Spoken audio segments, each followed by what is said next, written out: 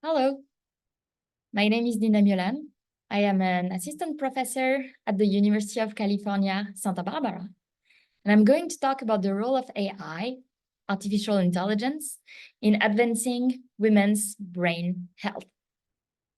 And before we go into the AI part of this talk, I'd like to start by answering a very simple question, which is, what is women's brain health?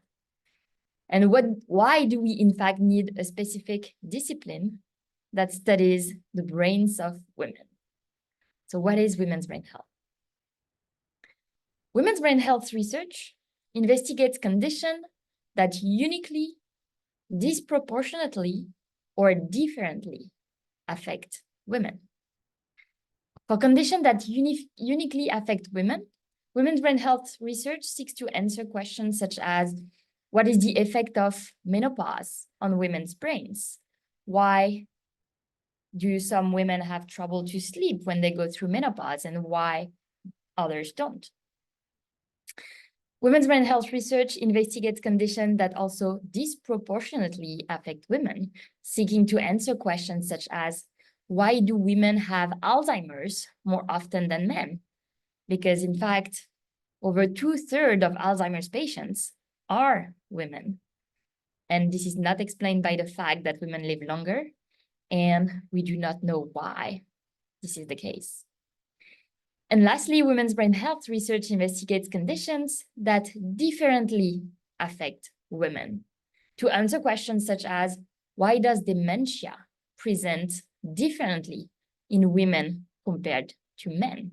That is a phenomenon that has been observed across different types of dementia, Alzheimer's being one, but not the only one, where women are more resilient to the disease longer, but once they exhibit the symptoms, they decline much faster than men. Why? We do not know. And this is because despite the importance of these research questions, they still have no answers. Women's brain health is understudied because for far too long, scientific and biomedical research have excluded women and undervalued the study of women's health, and women's brain health is no exception. And this means that we know far too little about women's health across the lifespan, and those gaps are even more prominent for women of color, older women, or women with disabilities. To illustrate this, consider this groundbreaking study by Caitlin Taylor, Laura Prichette, and Emily Jacobs from UC Santa Barbara. In their paper titled The Scientific Body of Knowledge, Whose Body Does It Serve?, they survey the publications in the field of neuroimaging that you're going to see on this graph. At the left of this graph, we have 1990s, which is a time where MRI, magnetic resonance imaging, entered the mainstream.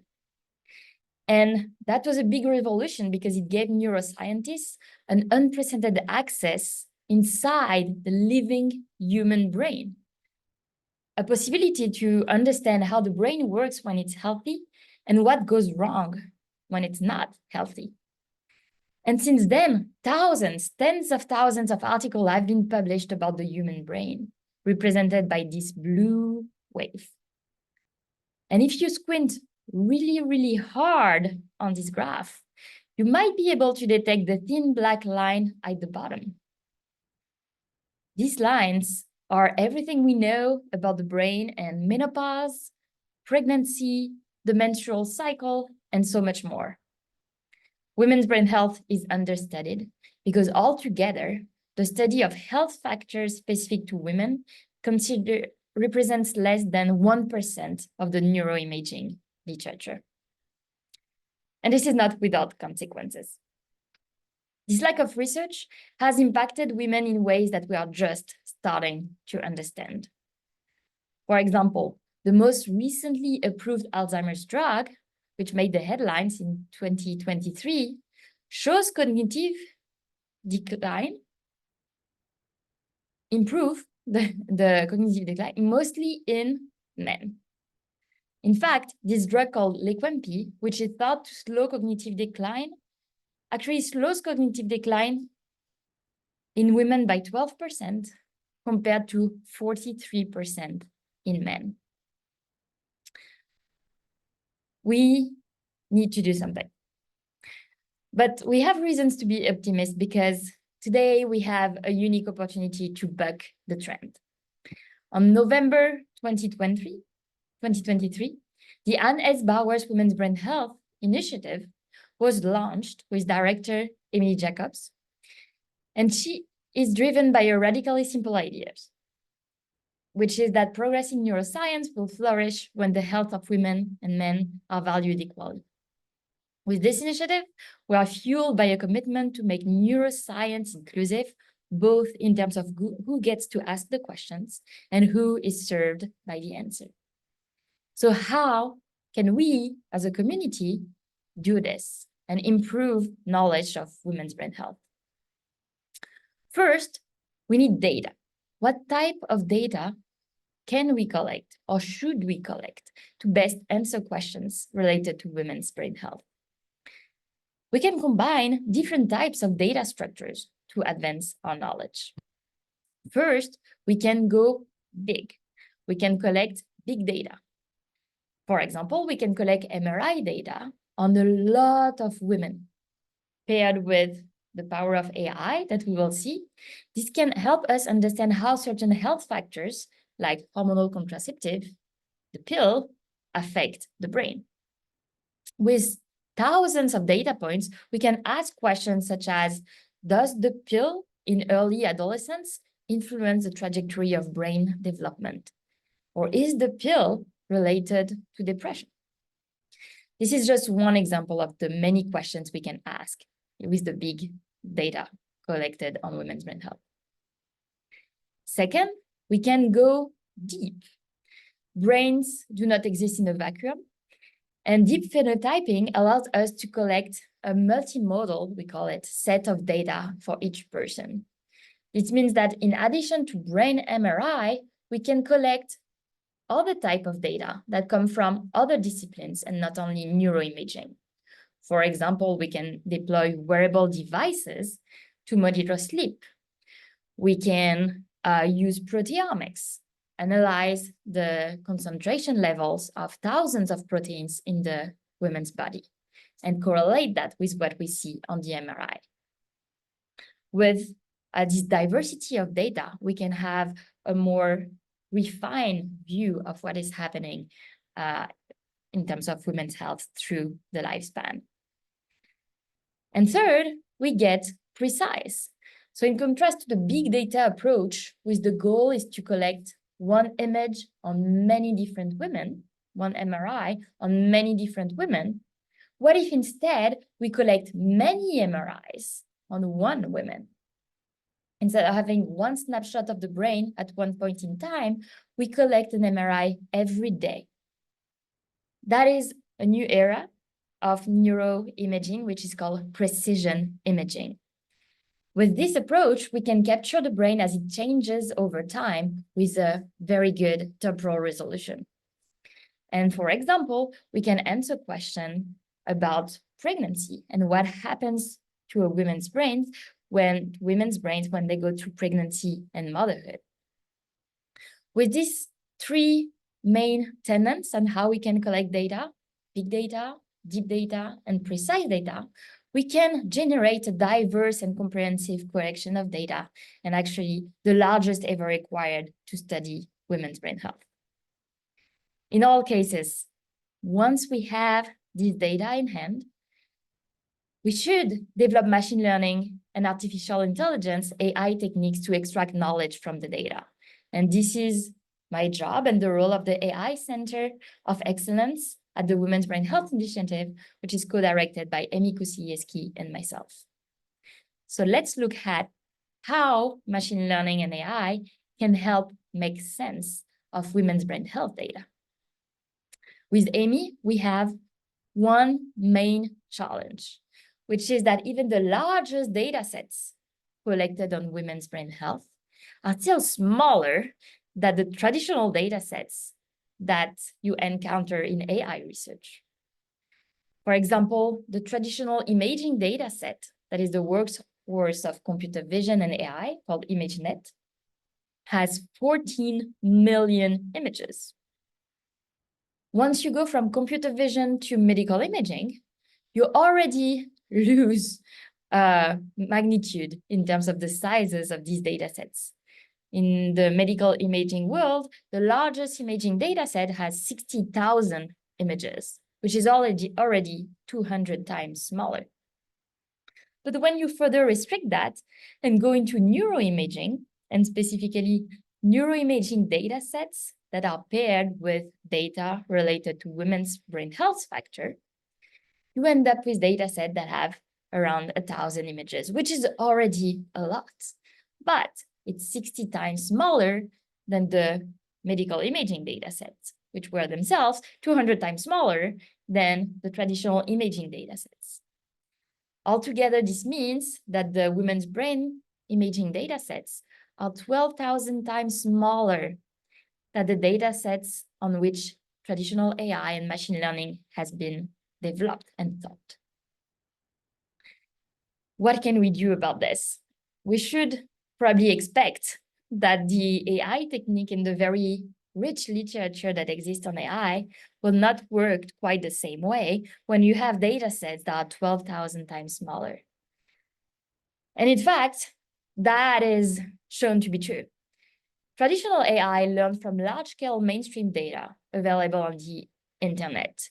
And it has been shown that the larger the data set, the better the prediction. That's what we call the scaling laws of AI. And that is what is illustrated in this graph on the left, where the x-axis represents the data set sizes, and the y-axis represents the loss, which is the error made by the AI algorithm in predicting something. And you can see the decreasing line in logarithmic scale, which means that even if you multiply the size of your data set by 10, you're only gonna increase your accuracy by a few percent. More data, better learning is true as a rule, but in fact, you need 10 times more data to increase your accuracy by 1%. And to have reasonable losses, so reasonable accuracy, you actually need billions of clean data points. The problem is, for women's health, billions of data points or data set sizes that are of the order of billions is simply infeasible. So what can we do? We can solve this data scarcity problem with some AI expertise. We can look at the AI literature and improve existing algorithms with some expertise. First, we can incorporate known scientific rules. We'll see an example of that in a second, but we can virtually augment the size of our data sets by creating new images that are scientifically valid. This will be the idea behind geometric AI.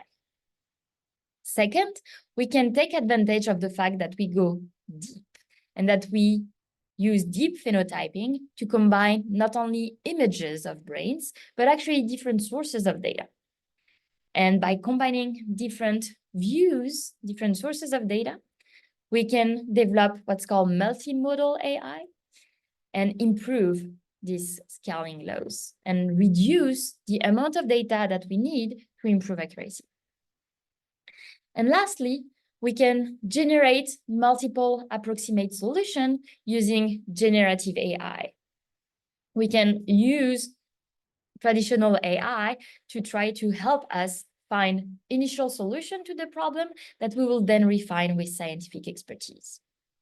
And with these three tenets, we can improve on the scaling laws of AI and need way smaller data set sizes to achieve comparable accuracy when we want to predict conditions related to women's brain health. This is the overall vision of the role of AI in advancing women's health.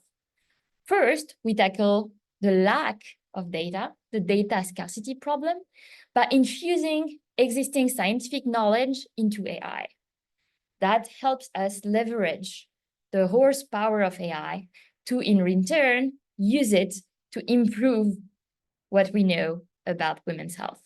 We equip AI with some scientific creativity to then discover new knowledge. And then we go on with that virtuous cycle to extract knowledge from the women's brain's delta. This is a general idea that belongs to the realm of AI for science, this virtuous cycle. And this is why the Bowers Women's Brain Health Initiative collaborate with another initiative at UC Santa Barbara called Relay AI, which is focused on AI for science. But how does this virtuous cycle work? Let me show you one example. And I want to answer the question, how do we teach an AI to learn more from less? To learn more from less data. And this example is going to leverage the first pillar, which is geometric AI. How can we incorporate scientific knowledge or scientific rules in AI to allow it to learn even when the data sets are smaller than what AI is used to? What could be a scientific rule? Before I show you images of brains, let me show you simpler images so that we get the idea.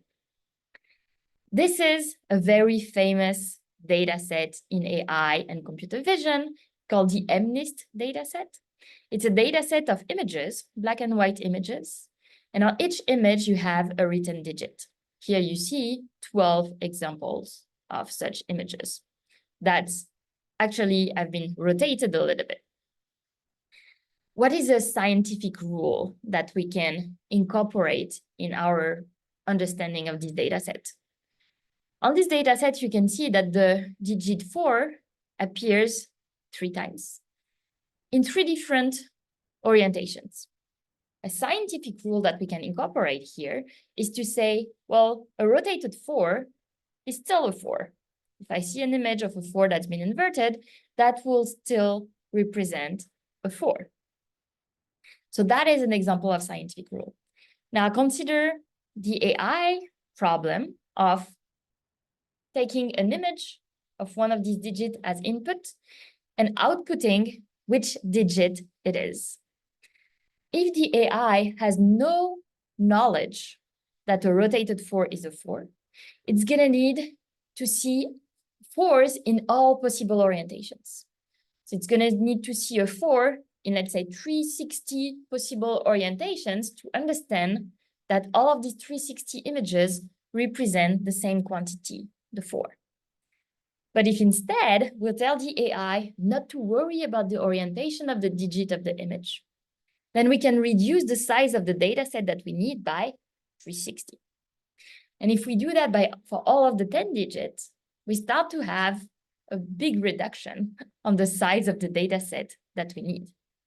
And this allows us to build neural networks that can learn more from less data, incorporating that rule that a rotated 4 is still a 4. On this graph, which is extracted from one of the papers of our lab, we see on the y-axis the accuracy of a neural network in predicting what type of digit is present in one of these images.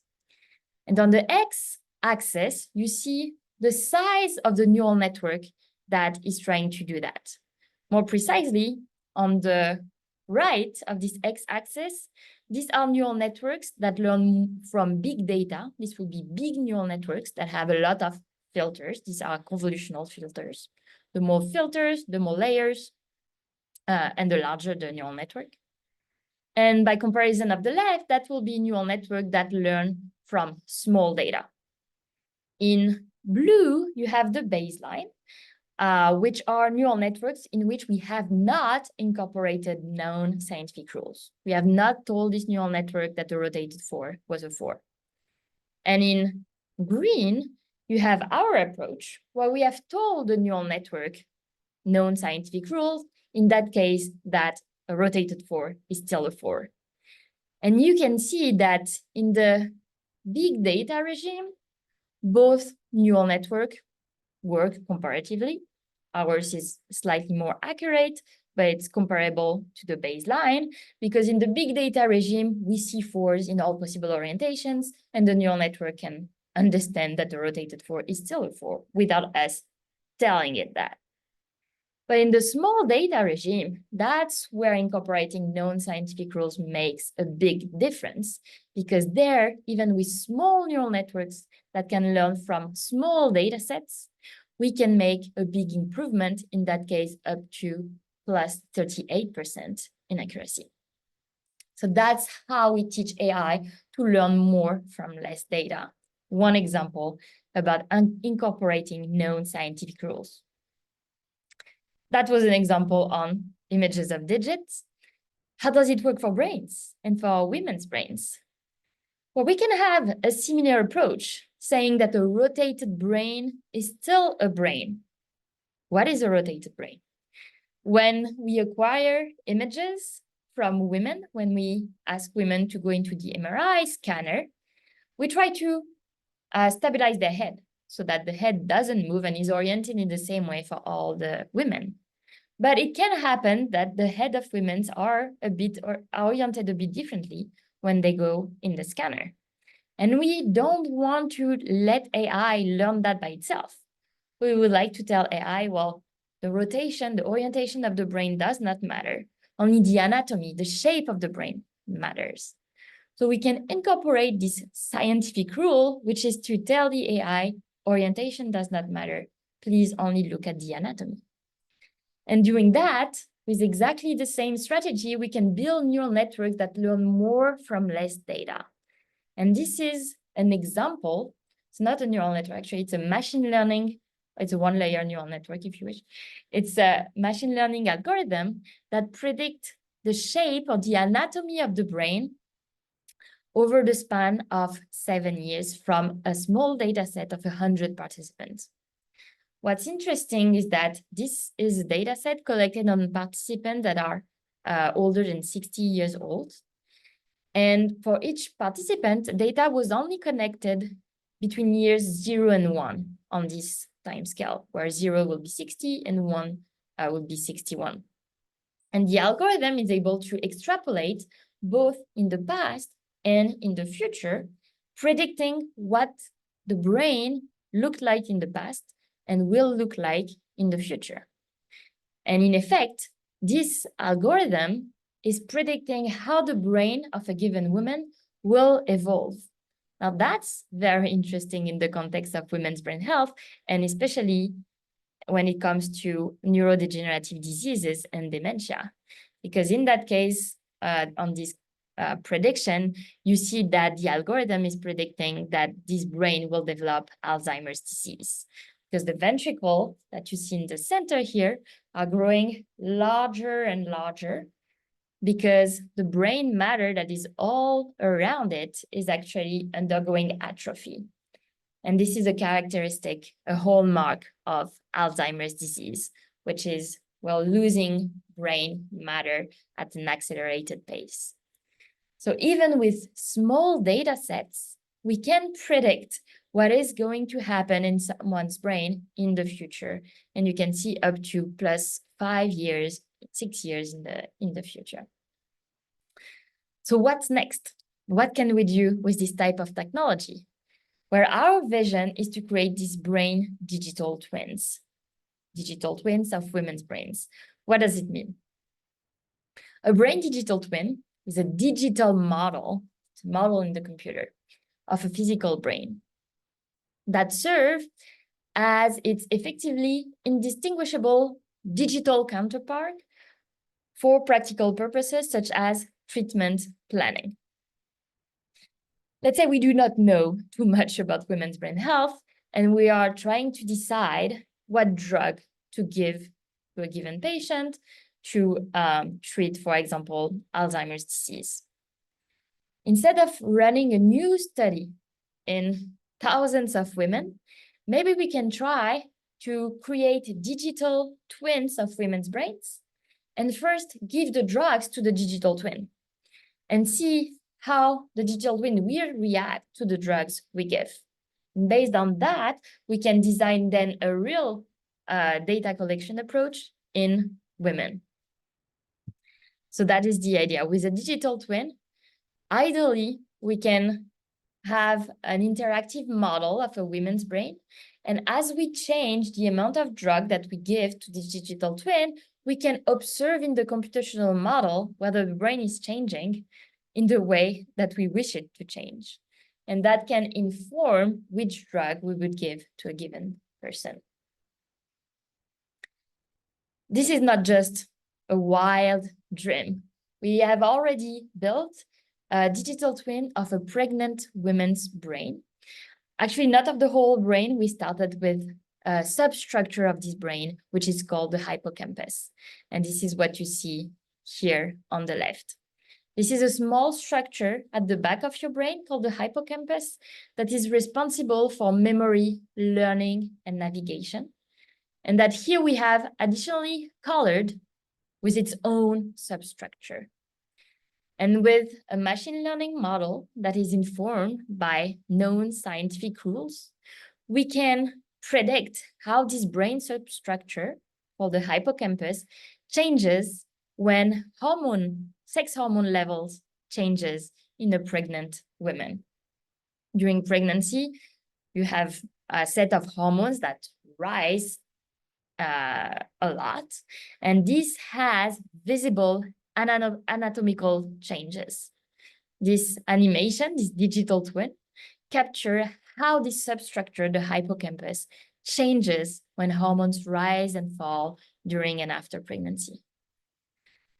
And this is key to unlock discoveries in women's brain health.